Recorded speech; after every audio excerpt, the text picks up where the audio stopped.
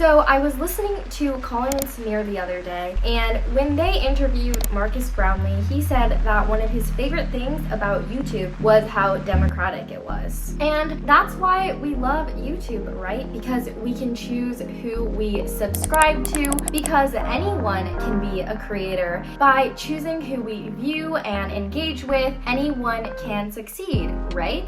But let's take a deeper dive.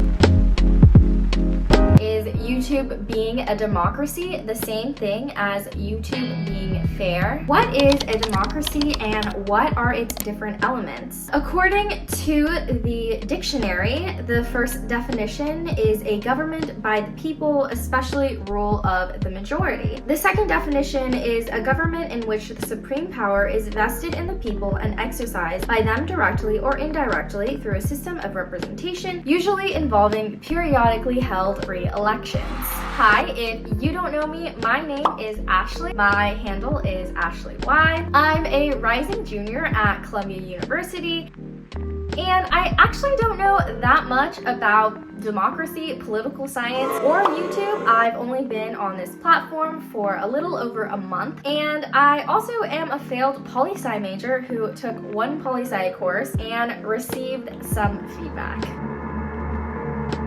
But one thing's for certain, if I didn't find a lot of merit, freedom, and entertainment in YouTube, I wouldn't be here. This video is not supposed to insult YouTube in any way. It was purely sparked out of a place of curiosity. So the first question that we get into when we discuss something like democracy is, can anyone be a creator? In America, to be president of the United States, you have to be at least 35 years of age, be a natural-born US citizen, and have lived in the United States for over 14 years. Obviously, even though there are plenty of people who are at least 35 years of age and have these requirements, oftentimes there are different factors such as gender. Obviously, we've only had male presidents, such as education status, what types of schools do people go to and how they favor, for instance, Ivy League colleges when considering our history of presidential leadership, and things like wealth, ability to network, time. Just so many different factors go into who can be a creator. So what I will say to the question of, can just anyone be a creator, in a similar broadened sense that obviously is too simplistic for the actuality of what being a creator really is and entails, is the short answer is yes. Anyone with a phone camera and with simple editing software such as iMovie and the ability to upload videos can technically be a creator. But will anyone watch them? Will this channel grow? The answer is most likely no. Thus, like in America, notions of achievement become complicated by things such as education, wealth, and time. A little trifecta of privileges and their own YouTube entanglements. So let's examine how. Number one, in education. Having an education in YouTube is a huge privilege to being a creator. Now, education is rampant on YouTube. When I click upload, there is always the option for edutainment, and some of that YouTube educational content is about, you guessed it, YouTube. How to make a channel grow, how to hit a certain level of subscribers, how to write a solid YouTube script, and engage an audience with a hook, thumbnail, title, and how to treat your YouTube channel like a business. However, this quickly becomes entangled with the next two concepts that I'll be talking about, wealth and time. So you might think that to be a good creator, it's pretty equalized. You just have to have inherent talents of telling a good story, being extremely passionate, or inherently entertaining.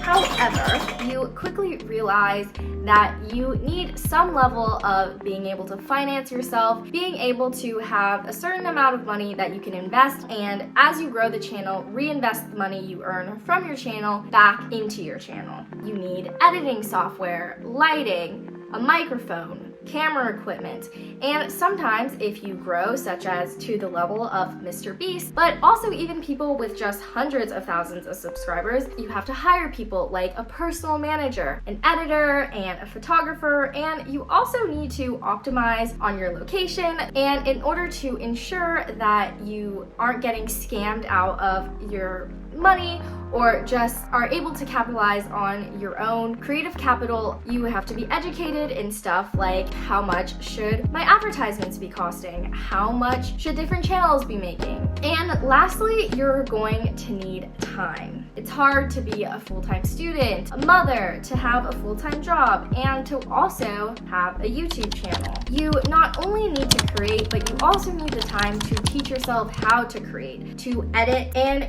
to grow. You need energy, you need time, and you need the resources. So we've discussed how creators are technically on equal footing, but when we look closer, perhaps maybe this isn't the case. Now let's examine viewership. So one of the elements of a democracy that we discussed earlier was that each viewer had its own equal say. For instance, one person, one vote. And in the past, there have been multiple times that this has been infringed upon, such as when African American people only got 3/5 of a vote. And if we actually look closer, obviously I'm not making a comparison in terms of there are certain YouTube viewers that are disenfranchised. I just think this point is interesting in the fact that even though each viewer can count as one subscriber, one view, equal amount of contribution to a creator's watch time, true to the definition of democracy we discussed earlier, they do also have an indirect say in what creators produce.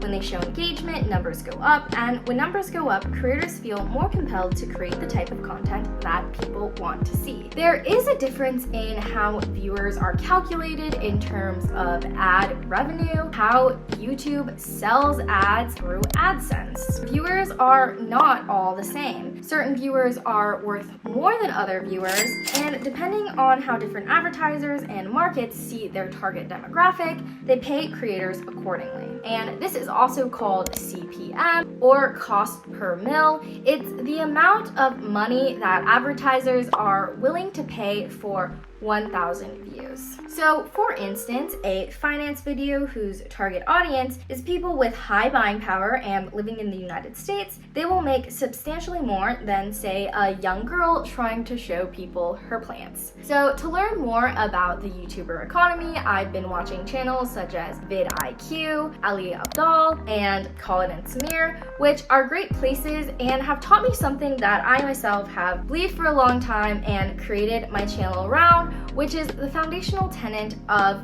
YouTube being able to provide an education to someone for free. And so in this way, I think that YouTube is sort of democratic, right? Though it might be ridiculous to put a certification on something like LinkedIn that through YouTube, I learned how to code, I learned how to cook, or sew, or grow a YouTube channel, which I'm doing right here with you, thanks to the help of other creators. YouTube does provide that type of guidance, and in a specific way, I really like it for the fact that it doesn't gatekeep knowledge, and it allows anyone who knows what places to look and is interested in a free education. And my own goal is to learn as much as I can and to share that knowledge with you. So if that's something you're interested in, please subscribe to my channel, leave a comment down below. Is there something that you would add? Thank you so much for watching today's video. I am perspiring, the ring light is pretty intense, and this was my first time trying to script out a video, so if you liked how this video turned out, let me know. You can check out this video here about my tips and tricks as an English major for how to write an academic essay better, how to find your voice, and streamline your thoughts in a broader sense. Anyways, that's all for this time. Thank you so much for watching, and I'll see you next time.